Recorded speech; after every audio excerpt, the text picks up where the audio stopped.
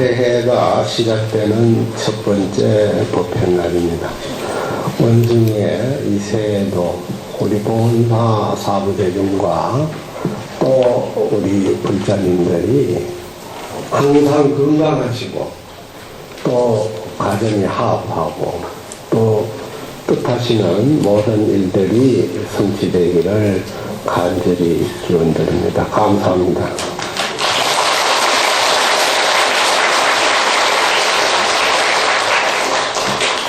보험사 우리 이 법당이 굉장히 크다고 생각을 했는데 어저께 제가 통도사 하음살림 법회를 2시간 해주고 올라와서 여기 앉아서 이렇게 보니까 통도사 설국전에 비하니까 여기 큰 줄 알았는데 조그마하네 보니까. 사람은 살아가면서 늘 자기 생활 공간만 보다가 또 다른 공간을 이렇게 경험하는 것도 대단히 중요하다. 왜냐, 인생은 다양한 경험 속에서 다양한 의견을 가지고 또 그것이 함께 더불어가는 그런 마음을 가지는 것이 중요하다 이런 생각이 듭니다.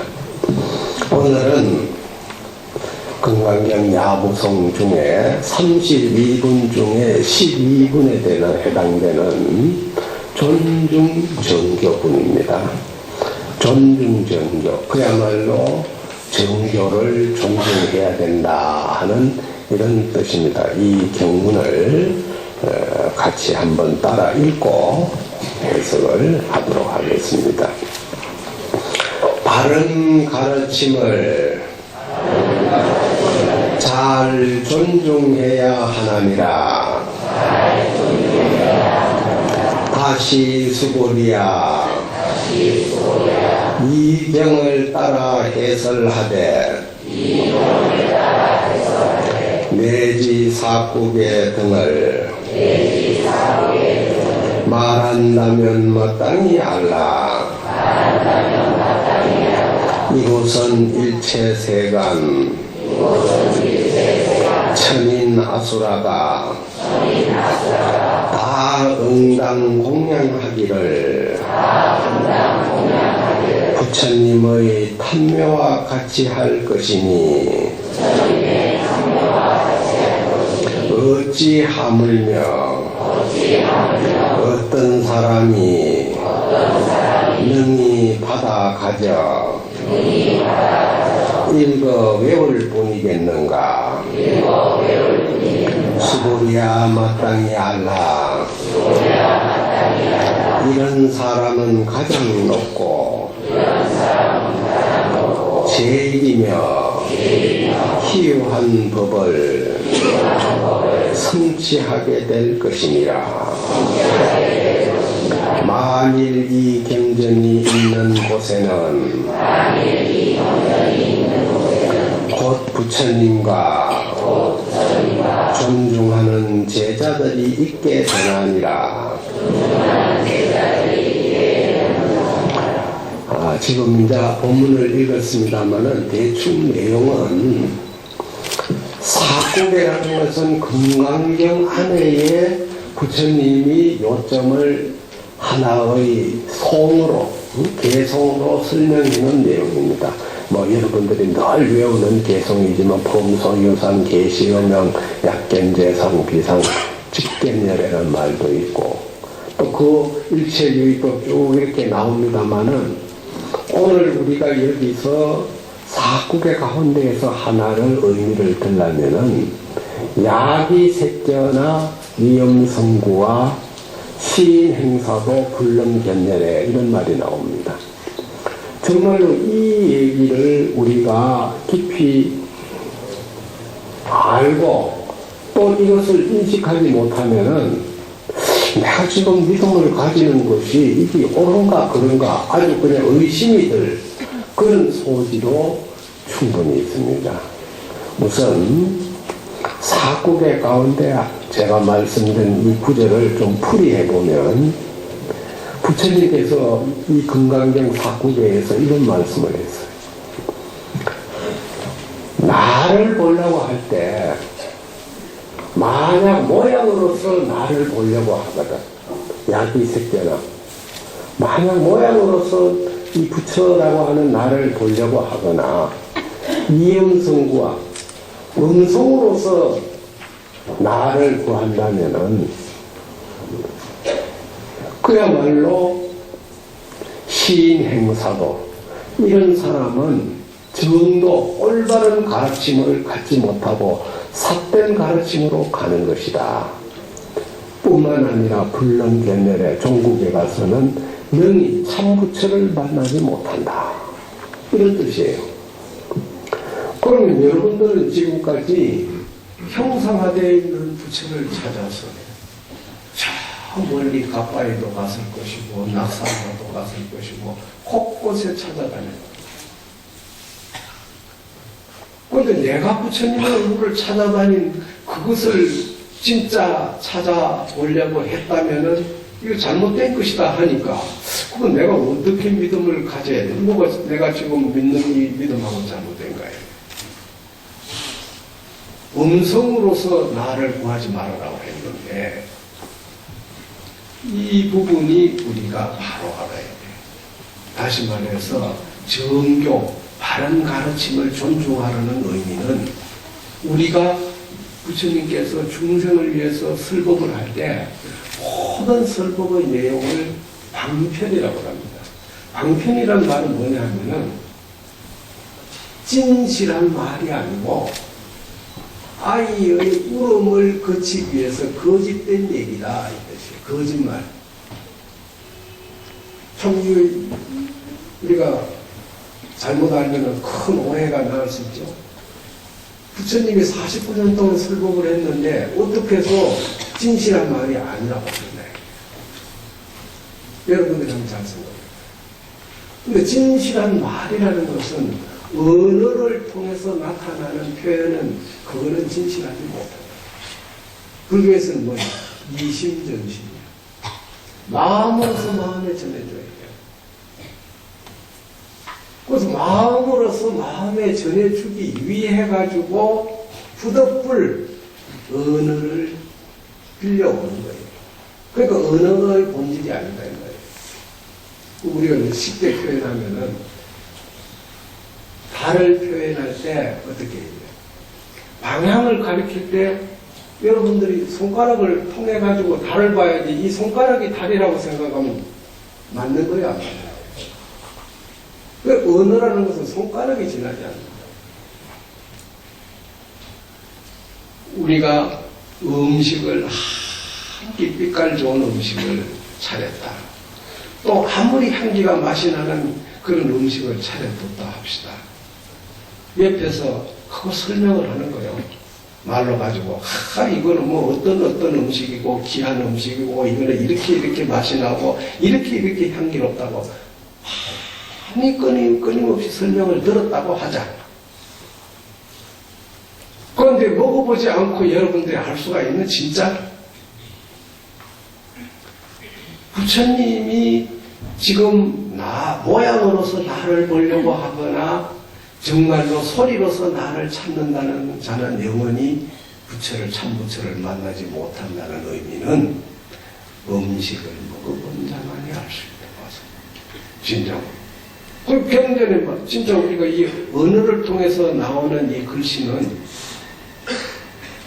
음식이 좋다고 설명이 지나지 않는 거지 진짜 그 내용을 확실하게 알려면은 여러분들이 직접 먹어봐요. 그건 뭐냐? 이심전심, 마음으로서 마음에 전달하는 이 내용을 우리는 생활해야 된다. 어떻게 생활할 것이냐? 수행을 통해서, 정진을 통해서, 기도를 통해서, 믿음을 통해서 이 생활을 되어야 알 수가 있다. 그래서 불교는 근본적으로 마음을 강조하고 있는데 그 마음은 내 혼자 마음이 아니고 모두가 소통되는 마음을 말하는 거예요. 우리가 마음을 말할 때 소화해서 내 각자가 가지고 있는 작은 마음이 있어요. 근데 각자가 가지고 있는 그 작은 마음보다는 그 작은 마음을 통할하고 그 모태가 될 수 있는 에너지의 근본이 뭐냐면 진리예요. 진리. 어제도 내가 그 환경 본문에서도 얘기했지만 그게 바로 청정급신 비로자나불이에요. 통도사에 가니까 법당에 부처님이 안 계시고 자대만 나왔어. 그건 왜냐? 청정급신 비로자나불은 모든 생명체의 씨앗이야. 예를 들면은 빛을 받지 않는 생명은 성장할 수가 없습니다. 그런데 빛은 차별 없이 골고루 다 비춰주는데 어떤 생명체는 많이 받고 어떤 생명체는 적게 받고 이것은 왜 그래요? 바로 우리가 살아가는 삶에 따라서 방식에 따라서 많이 받을 수도 있고 적게 받을 수도 있고 그런데 그 빛이 차별을 일으켜서 그렇게 주는 게 아니고 빛은 근본적으로 골고루 다 비춰주는 거예요. 그래서 청정급신 비로자나불이라는 말을 번역하면은 광명변조다. 광명이 두루 비친다. 차별 없이 모두에게. 그러니까 여러분들은 소화라고 하는 이 작은 마음의 법심이라고 하는 광명을 받으면은 이게 힘을 발휘하는 거예요. 이 힘을 발휘하면은 그것은 뭐냐? 내가 누구에게 부여받은 것이 아니라 본래 가지고 있는 부처가 힘을 발휘하는 거예요. 그걸 우리는 위실력이라고 해요. 위실력. 그러니까 사람이 아무리 체격이 작고 아무리 무슨 몸이 불구가 돼가지고 불편하고 뭐하고 이런다 하더라도 마음이 살아있는 거는 똑같아요. 마음이 살아있는 거예요. 왜냐하면 여러분들이 평생을 써먹어도 모자람도 없고 더함도 없는 것이 마음이에요. 우리 마음이 그렇다. 그래서 이 이치를 부처를 통해서 형상이 있는 부처를 통해서 형상이 없는 마음의 부처를 만나는 자만이 참 부처를 만난다 이 뜻이에요. 양이 새끼나 염성구하는 말. 잘못하면 우리가 절에 가면 당연히 부처님이 있는 줄 알아요. 그런데 바로 이 법당에 모셔져 있는 부처님을 통해서 여러분들이 부처가 되어야 한다 이 뜻이에요.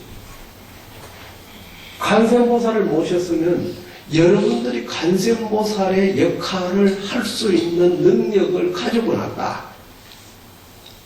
몸은 지금 관세음보살이 안 되어 있는데 마음은 얼마든지 관세음보살이 될 수 있어요. 관세음보살이 된다고 하는 그 위실력을 발휘하기 시작하면은 몸도 관세음보살로 변해가는 거예요. 몸이 변해가는. 이게 부처님 가르침의 평등사상이에요. 차별 없이. 이 세상의 모든 생명체는 빛을 받으면 똑같이 성장하는 거예요. 차별이 없다는 거죠. 그래서 여기서 정교로 바른 가르침을 존중해야 된다는 것은 우리가 문자를 통해 가지고 문자 속에 담겨져 있는 진정한 의미를 깨달아야 된다. 그래서 여기 보면은 야부스님이 지금 부처님이 하신 이 말씀 가운데에 사부계를 우리가 알고 그것을 잘 모시고 그 내용을 실천에 옮긴다면은 중생 가운데에 아주 악한 중생이 아수라 아닙니까? 아수라라는 것은 뭐냐? 투쟁이야. 투쟁하는 걸 좋아한다. 싸우는 걸 좋아한다 이 말이에요. 예? 투쟁하는 그런 아수라들까지도 그 사국의 내용을 실천에 옮기면은 그 아수라들까지도 존중한다는 거예요. 공양하고 나를 위해서. 여러분들이 지금 이 법회 직전에 매일 아침마다 지금 대방강불 하은경 약창계를 외우는데 그 약창계 안에 보면은 39류의 신중이 나온다고. 불을 주재하는 신, 바람을 주재하는 신, 온갖 신들이 거기에 등장하는 겁니다.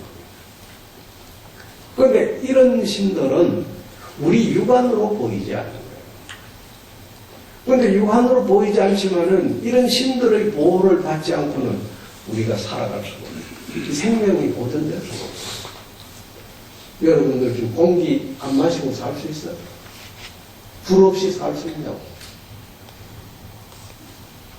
그런데 공기가 오염되는 이유가 뭐냐? 공기가 오염되는 것은 인간이 스스로 공기를 오염시키는 거예요. 공기는 본래 맑은 거예요.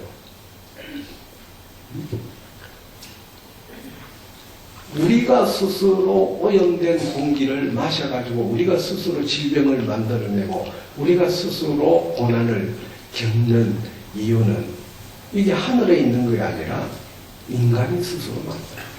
이게 인과응보야. 인과응보. 그래서 참다운 가르침의 사상을 알려면은 앞으로 불교는 이 시대가 인간 중심 사회에서 그야말로 생명 중심 사회로 가야 된다. 인간 중심 사회가 존중되려면은 재앙이 난무하는 거예요. 왜냐? 그 인간의 생명을 희생시키는 수많은 생명체들이 있는 한 그 생명체들이 인간의 재앙을 또 만들어내는 거예요. 그게 바로 질병이에요. 그래서 생명을 존중해요. 또 불교에서 첫 번째 계목의 불살생, 생명을 죽이지 말아요. 이게 생각해보면은 정말로 부처님은 3, 7년 전에 미래 세대를 내다보고 하는 거예요. 이 지구가 존속하고 인간이 지구 속에서 행복을 유지해가려면 생명을 살아가.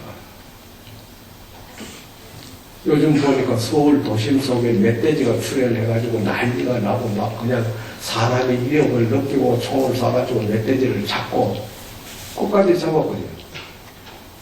그 잡는다고 해서 멧돼지가 안 생기나?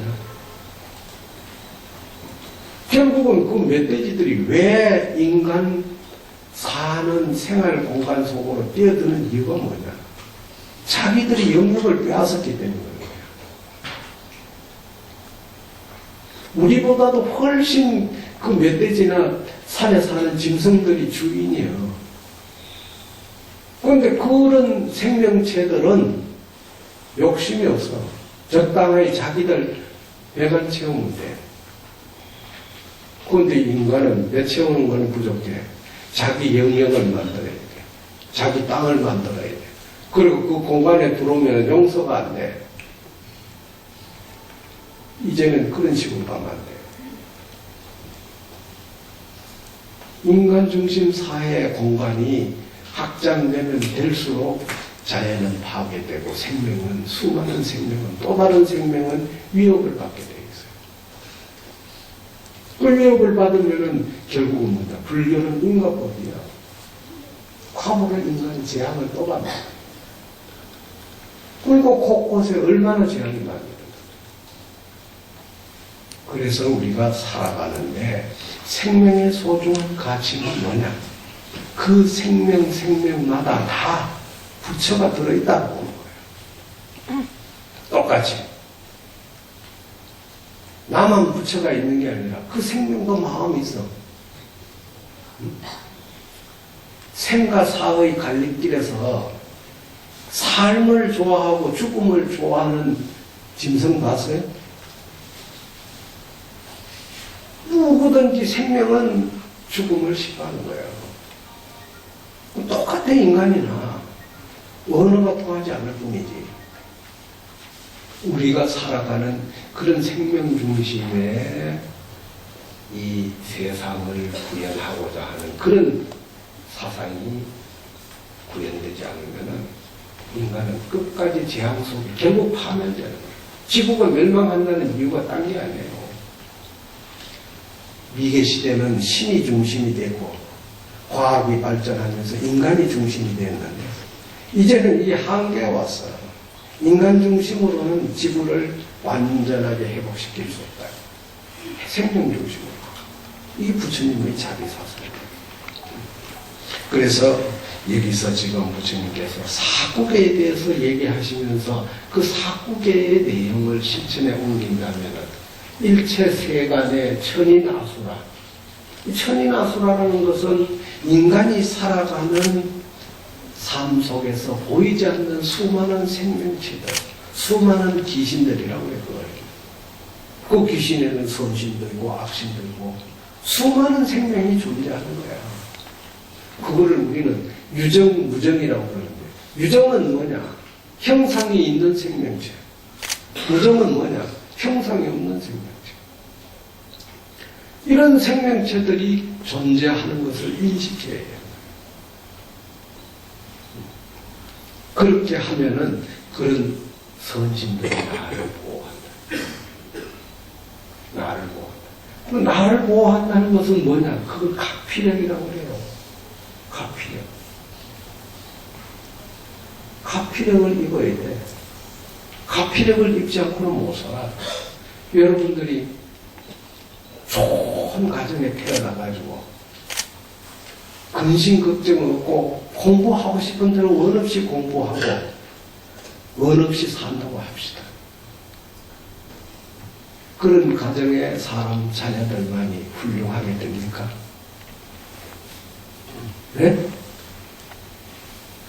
정말로 못 살고 어려운 환경에서 자라는 아이들은 훌륭하게 되지 못하는 법이 있어요? 무엇이 외향적인 조건이 인간을 훌륭하게 만드는 게 아니라 성장 과정에서 그 수많은 선신들의 도움을 받아가지고 알게 모르게 도움을 받아가지고 그 아이가 성장하는 게 중요한 거예요. 그 우리가 조상에게 제사를 지내는 이유가 딴 게 아니에요. 선신을 비는 거예요. 옹호. 그런 도움을 우리는 받고 살아야 돼요. 결국은 이 세상에 인간은 수많은 생명체들이 얽히고 설키고 더불어 가는 거예요. 이런 동료의식을 철저히 느끼지 않으면 내가 살아가는 삶의 공간이 굉장히 좁아요. 그 좁으니까 좁은 그것만 보니까 아웅다웅하고 싸우고 난리야. 넓은 세상. 넓은 세상을 보면서 그 다양한 생명체들의 삶의 모습에 한이로움을 느낄 줄 알아야 된다. 이게 부처님의 정도 바른 가르침이에요. 그래 놓고 또 여기 뭐라고 그러냐면은 천인 아수라들이 사구배를 수지독송하면은 탐묘와 같이 존중한다, 공양을 올린다 이런데 여기 탐묘란 말이 나오지. 탐묘라는 것은 뭐냐? 탐묘라는 것은 산스크리트어로 말하면 솔도파라는 뜻이야. 솔도파. 이 솔도파라는 게 무슨 뜻이냐 하면 고현, 높을 고자, 나타날 현자, 아주 우뚝 솟아있다 이런 뜻이에요. 그러니까 탑은 높이 이렇게 솟아 올라가지 밑으로 깔지를 않아요. 그런데 원래 탑이라는 것은 산스크리트에서 원음이 아니고 방음이야. 방음, 사투리야. 그래서 탑이라고도 하고 묘라고도 합니다만 탑묘라고 우리는 경전에서는 얘기를 하고 있는데 어쨌든 부처님의 형상을 만들어가지고 그 속에다가 모시고 늘 거기에 공양 올리고 기도하고 그 부처님의 가르침을 내가 실천에 옮기고자 하는 다짐을 가지는 자리가 탐묘다. 근데 옛날에 이 수많은 그 귀신들 가운데에서 가장 우두머리 귀신이 누구냐면 제석천왕이에요. 천당에. 근데 제석천왕이 있는 곳에는 수많은 성중들이 그 제석천왕을 찾아가서 예배하고 공양했는데 그 제석천왕이 없어도 그 자리만 보면은 그 자리에 앞에 가가지고 예를 갖추고 공양을 올렸다고 하는데 하물며 부처님의 형상을 모신 그 탑묘라면 말할 필요가 뭐 있겠느냐 이거야. 그래서 탑을 세우고 하는 이유가 그렇게 세우면은 선신들이 찾아와서 공양을 올린다. 참 불가사의한 거야. 여러분들 공경하면 얼마나 가기가 힘들어요. 그 힘든 곳이고 어디든지 산꼭대기에 탑을 모시고 부처님만 모시면은 먹는 걱정 안 해도 돼. 의식주 걱정 안 해도 돼. 어디에서 찾아와가지고 갖다 올려주는 거야. 이 참 불가사의한 거 아니에요? 만약 여러분들의 아버님의 영정을 들고 가가지고 탐묘를 만들어가 모셨다고 합시다. 사람들이 오겠어요? 왜 그러나요? 바로 거기에서 말하는 부처라는 것은 서문이 부처님이 아니고 진리의 부처예요. 모든 사람에게 다 통할 수 있는 진리의 부처란 말이에요. 그러니까 거기는 불교를 믿는 자만이 가는 게 아니라 기독교, 천주교 모든 인간은 다 가는 거예요. 인간. 우리가 가만히 여러분들 한번 생각해봐요. 사람들이 연말 휴가를 얻으면은 어디 뭐 설악산 한번 가자. 낙산사 한번 가자. 뭐 해인사 한번 가자. 뭐 곳곳에 이렇게 명승지를 찾아가는 건 봐도 식구들끼리 모여가지고 아이고 연말 연시에 우리 저 성당에 한번 가보자. 이런 사람 소리 들어봤어. 성당문 교회는 닫아놨고요. 사람들 안 와. 왜 휴일에는 연말 연시에 그렇게 좋은 날에 왜 안 모여드는 거예요? 바로 탐묘라고 하는 모든 인간의 생명이 그 앞에서 존중할 수 있는 진리를 모시지 않기 때문에 그런 거예요. 그래서 이 부처님은 우리가 말하는 쉽게 말해가지고 하나님이나 예수님이나 이것도 상징되는 부처가 아니고 인간의 생명을 발화시켜주는 법신들이에요. 진리. 그래서 탐묘를 모시기를 마치 사고개를 내가 수지독송하고 그걸 실천에 옮긴다면 모든 사람이 탐묘 앞에 와서 공경하듯이 그렇게 할 것이다. 그래서 사람들이 금강경을 많이 읽는 이유가 여기에 있어요. 왜 하필이면 금강경을 많이 읽어야 되느냐. 뜻이 여기에 있어요. 그러니 사국에만 읽어도 그간데 만약 경전을 내가 직접 읽고 수지 독송을 한다 이 말이에요.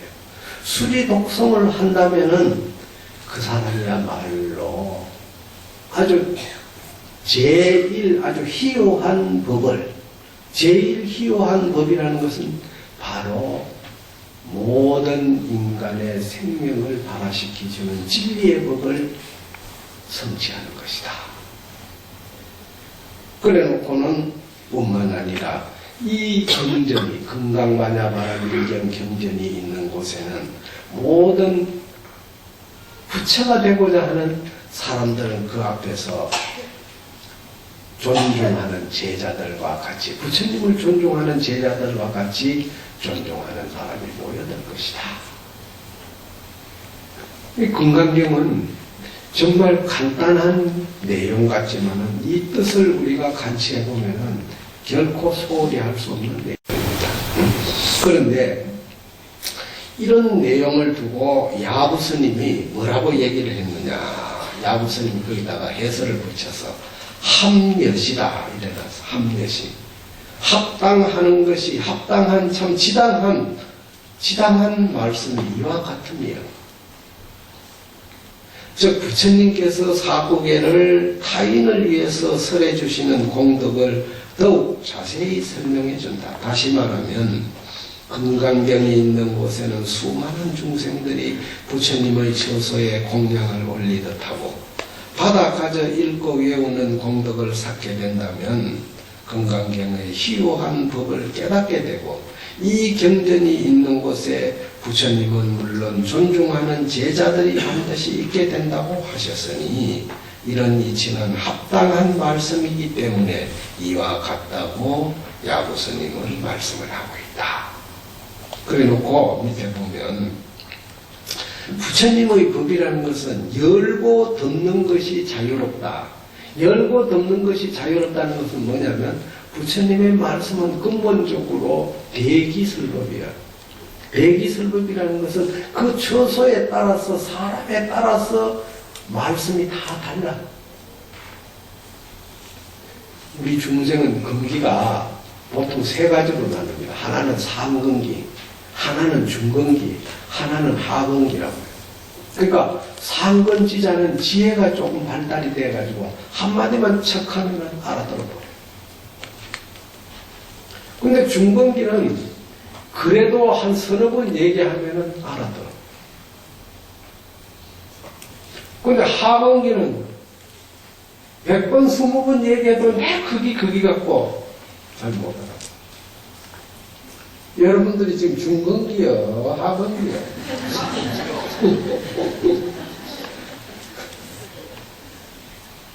우리 중생의 근기가 그러하기 때문에 그 차별이 있기 때문에 부처님은 열고 덮는 것이 자유롭다는 것은 그 근기에 따라서 하시는 말씀이 다 다르다 이 말이에요. 예를 들면 부처님 49년 동안에 설법한 내용이 아함경을 12년간 설법을 했어요. 그 다음에 방등경을 8년간 설법했어요. 그 다음에 우리가 지금 공부하고 있는 이 반야부, 이 금강경, 이 반야부를 21년간 설법을 했어요. 최후 마지막에 법화경을 8년간 설법.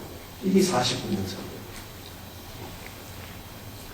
그 가운데에 이 반야부를 유독 21년 동안 부처님이 설법을 한 내용이 뭐냐. 바로 그 시대에는 지금보다도 훨씬 중생 근기가 발달됐다고 하는데 중근기 이상이라고 하는데도 이 공돌이, 즉 형상을 떠난 마음의 자리를 설명하는 이 공사상은 쉽게 이해가 안 갔다. 그런데 오늘이야 말할 필요도 못 있겠어. 그런데 문제는 뭐냐. 이것은 내가 살아가는데 지혜력이 없기 때문에 그래요. 지혜력이. 그러니까 지혜력과 어떤 위실력과 가피력을 갖추려면 정말 훌륭한 스승이 있어야 돼요. 스승으로부터 배우지 않으면 지혜가 터지질 않습니다. 우리가 지식은 앉아가지고 자꾸 읽으면 넓어져요. 그런데 지혜는 읽기도 해야 되지만 실천을 해야 돼. 실천하지 않으면 지혜력이 안 나옵니다. 그게 더 어려워요. 여러분들이 정말 우리 이 불자들은 부처님이 설명한 이 내용이 너무나 다양하다 보니까 이것도 한번 찍죠. 저것도 한번 찍죠. 잡식이야. 하도 아는 거는 많은데 진짜 똑 부러지게 바로 아는 건 드물어. 그 부처님께서 열고 덮는 것을 자유롭게 하고 응거하고 숨기고 출현하는 것에 장애로움이 없다. 즉 부처님의 설법은 이와 같이 구애됨이 없이 모든 중생에게 자세히 다 설명을 해줬다 이 뜻이에요. 그 그렇게 해줬는데 마치 그것을 비유를 들면은 백운지합에 재청산하니 산악백운이 야상이라.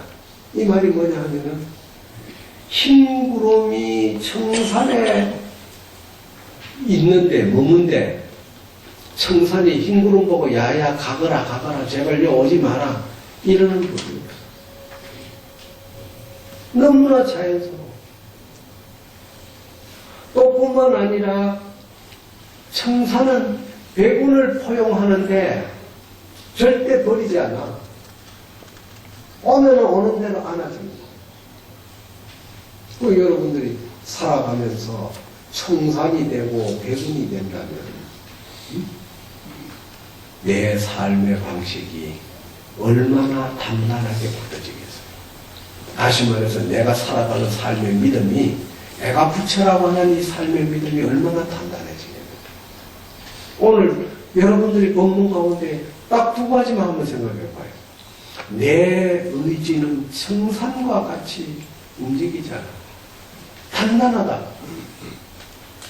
그러면서도 내 마음의 향기는 백운처럼 서서히 어디를 가든지 간에 후회됨이 없이 다닌다. 그 청산과 백운이라는 이런 어떤 상징적 의미를 여러분들이 생활화하는 그런 자세. 그게 지혜를 넓혀가는 길이에요. 우리 삶의 지혜를 넓혀가는. 그래서 이런 부처님의 설법을 야구스님은 참 합당하기가 이와 같다고 하시면서 청산이 백운을 버리지 아니하고 백운이 청산을 떠나지 않는 것처럼 이렇게 자연스럽게 만남을 유지한다. 또 부처님의 설법은 너무나 자연스럽다. 이렇게 이제 칭찬을 하는 거예요. 그래 놓고 거기다가 또 시를 하나 붙였어요. 사해지심의 여산지고라 바다와 같이 깊고, 부처님의 말씀은 바다와 같이 너무나 깊다. 뿐만 아니라 여산지고라 산과 같이 견고하다. 부처님의 말씀이 잘못됐다고 지적할 사람이 아무도 없다 이기야. 너무나 합당한 말씀이니까. 자선우전이라 왼쪽으로 돌고 오른쪽으로 풀려도 불거부주라 가지도 않고 머무르지도 않네. 그대로야. 그대로. 그 청산이 가버리면은, 저 청산에 구름이 가버리면 영원히 간 줄 알지만은, 어느 날 보면 또 구름이 와 있더라, 이 말이야. 그래서 이 스님들을 구름에다가 비유를 봐야 돼. 저게 200년 전에 초이선사가 대흥사 일지암을 복원을 했는데, 지었는데, 당신이 살다가 떠났다가 다시 또 온 거야. 와가지고 또 집수리를 해가지고 거기서 생활하시는 거예요. 그래 하시면서 거기다가 시를 뭐라고 지었느냐. 연하남물은 구인연하니 안개는 옛인연을 잊어버리지 못하노라. 그러니까 안개가 산에 찾아왔다가 없어져 버리면 그냥 간 줄 알았는데 또 어느 날 보니까 차우묵하게 산속에 끼어져 있으니까 그 안개는 옛인연을 잊어버리지 못한다는 건, 내가 일지암을 떠났지만은 또 이제 온 거는 안개처럼 인연을 못 잊어왔다 이 말이에요. 병발거열은 옥수연이야. 그야말로 그 바로 하나, 초라한 초가집에 그 연목 몇 개 걸쳐져 있는 그 속에서 내가 살아가지만은 착소명함은 공개월이요. 정말로 내가 거기서 내 살림살이를 풍부하게 해주는 것은 뭐냐? 앞에 마당 앞에다 조그마한 소를 하나 파서 연못을. 그 연못을 하나 딱 파놓으니까 달만 뜨면은 그 연못 속에 달이 다 들어오는 거야. 어? 이것이 내 마음의 것이고 이것이 내 살림살이라고 당신이 표현을 했어요. 그래서 영간여치 백운천이라, 그 연못에 물이 마르지 않기 위해서, 물이 마르면 달이 안 오는 거예요. 그래서 그 물이 마르지 않기 위해서 간대를 이어가 저 위에 샘물을 흘러내리게 해가지고 여기까지 연못에까지 이어왔다. 당신 살아가는 토벌의 모습을 그렇게 표현을 해놨어요. 예안하지에 잠가교하니. 어느 날 방에 앉아가지고 바깥을 쫙 내다보는데 아니 꽃가지가 쏙 올라와가지고 저 멀리 경치가 안 보이는 거야. 그래서 그 시각을 장애하는 그 꽃가지 하나를 어느 날 잘라냈어요. 잘라내고 나니까 호산잉제는 석양천이라 저 멀리 산 노을에 석양이 서 있는 거 하는 그 햇살이 보이더라고요. 꽃까지 하나 잘라내니까.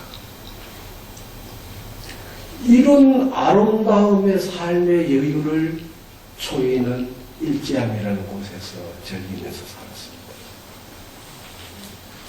그런데 그 꽃까지, 그 연못에 흐르는 물, 그 떠오르는 달, 그 석양에 지는 노을, 요즘에는 없습니까?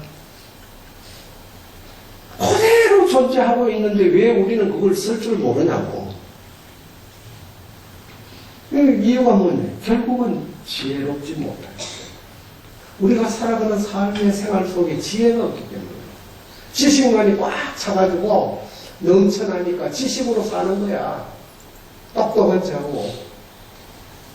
근데 사실 되돌아보면 그런 여유를 가지고 지혜롭게 사는 삶이 행복하지, 지식이 넘치는 물질 속에서 아무리 여러분들이 풍요를 누리고 있다면 무슨 의미가 있어요? 얼마 전에 이 봉원사 어느 보살이 전화와가지고 새해가 되라고 전화와가, 아이고 스님 그 뭐 외롭지 않습니까? 누가 손님이라도 옵니까? 자, 내 속으로 참 답답한 친구다.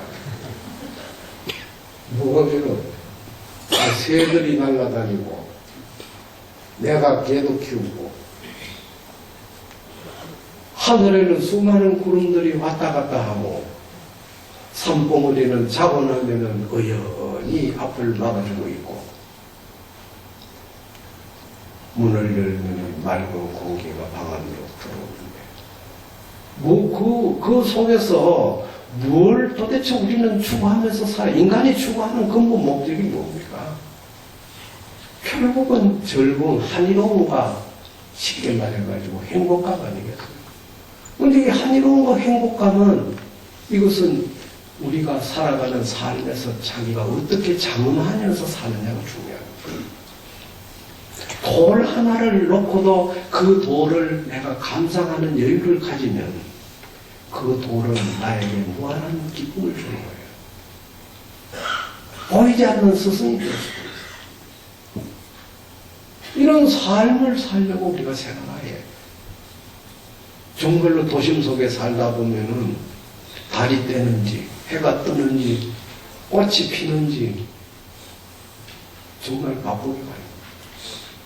근데 그런 삶 속에서도 여러분들이 여유를 가지고 살려고 하는 지혜를 가지고 있다면 이 도심 속에서도 달을 만날 수 있고 도심 속에서 삶 속에서 만나는 모든 생명체들을 다 만날 수가 있습니다. 그들과 대화하고 그들과 호흡하고 그들과 함께하면 내 삶이 왜 외로워야 되느냐고. 한이로운 분위기. 우리는 그렇게 살려고 노력합니다. 그런데 바로 부처님은 부처님의 설법은 이처럼 좌로 도나 우로 가나 좌로 걸리나 우로 도나 사유자재다 이 말이에요. 그러니 불치부주라. 부처님의 법이 없다고 할 수도 없고 부처님의 법이 있다고도 할 수 없다. 정말 진리는 묘하다. 그래 놓고는 하시는 말씀이 부처님의 49년 설법은 어떤 내용이냐. 즉 부처님이 21년 동안 이 반야경을 설하신 내용이 뭐냐.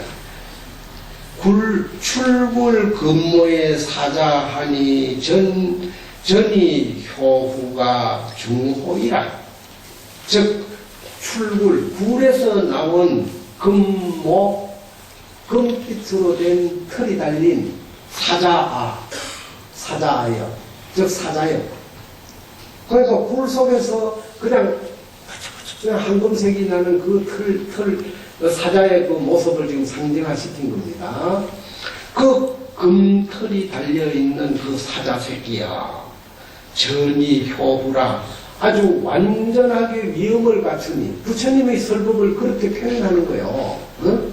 마치 사자가 아주 그냥 웅장한 모습으로 탁 나타나니까 모든 백수가 그냥 기가 박어 그냥 거예요. 사자 앞에서는 맥을 못 주는 거예요. 솔솔솔솔 도망가듯이. 부처님의 설법은 이와 같이 위엄을 갖추었다. 그러니까 완전한 위엄을 갖추어서 여기서 효후한다는 것은 부처님의 설법을 말하는 거예요. 그 설법을 하니까 중호이라. 그야말로 호이라는 것은 뭐 여우가 여우. 여우는 사자가 한번 소리만 지르면 막 걸어만 날살이라고 도망가는 거야. 감히 얼굴도 바로 쳐다보지도 못해. 그 부처님 설법과 부처님의 설법을 듣는 수많은 중생들의 그 모습을 이렇게 비유한 거야. 그래 놓고는 심사부동에 강가처하니 깊이 내가 한번 생각해 보니 방패나 창을 움직이지도 아니하고 직섬 천마의 외독이라 바로 천마, 천인, 아수라 수많은 그 마구니 외도들을 포섭했다. 포섭이라는 것은 다 포용을 해가지고 마음을 바로 다 잡았다 이 말이에요. 그 포섭해가지고는 돌아오는 듯 하구나. 이게 뭐냐면 전쟁을 손자병법에서 전쟁을 제일 잘하는 전략이 뭐냐? 싸우지 않고 이기는 전략이 최고야. 싸우지 않고. 응? 싸우지 않고 이기는 전략. 다시 말해서 병졸들이 칼을 빼고 창을 들기 전에 교섭해가지고 항복받게 만드는 거. 이게 진짜 지혜로운 사람. 꼭 나가 무기 들고 싸워가 이기는 자가 승리하는 자가 아니라 창과 방패를 들고 싸우지 아니하고도 말 한마디로 가지고 항복받게 해서 와서 복종을 하면 그 싸움의 승리가 진짜 승리다. 그럼 부처님의 49년 설법은 마치 병졸이 창칼을 빼가지고 싸우지도 아니했을 때 이미 포섭을 해가 돌아왔다 이 말이에요. 우리 야호스님이 참 이 부처님의 설법을 칭찬한 내용이 대단하지. 응?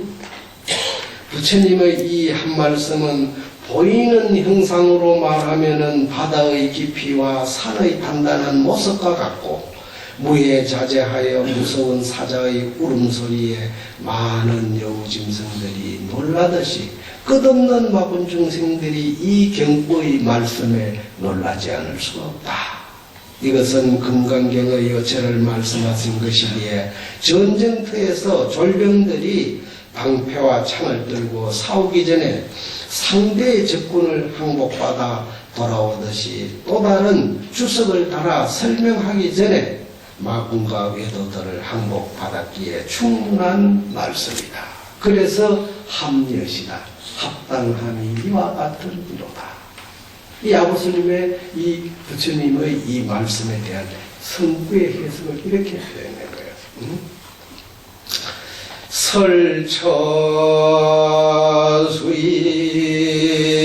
설처수이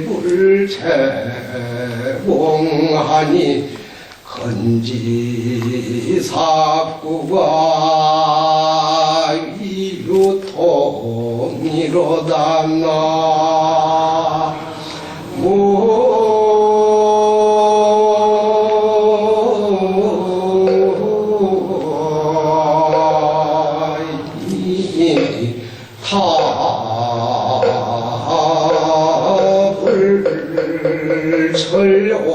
철옹부 다반이 공덕무변이 참무궁이로다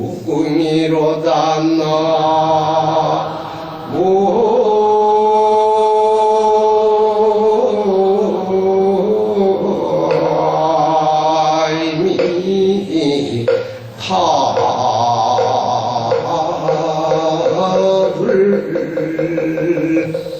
부처님이 사구계를 말씀하시고 이 금강경을 말씀하신 이 법문은 허공과 같이 장애로움이 없어, 막힘이 없다 이 말이야. 모든 생명체에게 다 부여돼. 모든 생명체가 똑같이 듣고 실천해도 아무리 이걸 실천해도 실증이 나지 않는다고 그랬어. 그래서 부처님께서 사구계를 유통하기를 우리에게 권했다. 그런데 우리가 사구계를 외우고 경전을 모시면은 그 모시는 자리에는 반드시 천룡팔부의 외호신들이 탐묘를 모시고 공양 올리듯이 공양을 올린다고 그랬습니다. 그 여러분들이 가족에 좋은 날들이 있다든가 또는 아주 안 좋은 날들이 있다든가, 다시 말해서 살아가는 삶 속에서 기쁨과 슬픔이 있고 또 가족의 행사가 있고 생일잔치가 무슨 날이 있더라도 모든 가족이 한자리에 몰려서 이 경전을 읽어. 경전을 한 번씩 읽으면은 원하는 일이 다 이루어지게 돼. 왜? 천룡 활구의 모든 귀신들이 나를 풍한다고 했어. 경전이 있는 곳에는 그 귀신들이 항상 부처님을 존중하듯이 탐묘에게 고향을 올리듯이 한다. 이렇게 했으니 이 공덕이 무변함을 아무리 칭찬해도 끝이 없더라. 이게 야부스님의 오늘 부처님 법문에 대한 해석, 법문을 마치겠습니다. 오늘 법문을 이제